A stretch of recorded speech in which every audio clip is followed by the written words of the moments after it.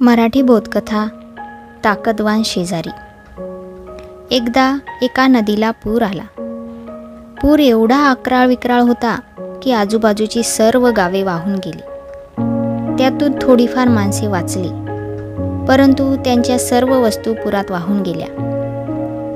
त्याच वस्तूंमध्ये एक मातीचा घडा आणि एक तांब्याचे पातेले वाहत होते। तांब्याचे पातेले मातीच्या घड्याला म्हणाले, अरे मित्रा घड्या, आपण एकाच जातीचे आहोत। तू मऊ मातीपासून बनला आहेस, खूप नाजूक आहेस। तू म्हणत असशील तर मी तुझ्याजवळ येऊ, मी तुझ्याजवळ आलो तर तू सुरक्षित होशील। कडक वस्तूंपासून मी तुझे रक्षण करेन। मित्रा, या माझ्या दुःखात सहभागी होण्यासाठी धन्यवाद, पण तू हे विसरत आहेस की तू पण कठोर आणि बलवान आहेस। जरी तू हसत हसत मला धक्का दिलास तरी माझे तुकडे तुकडे होतील।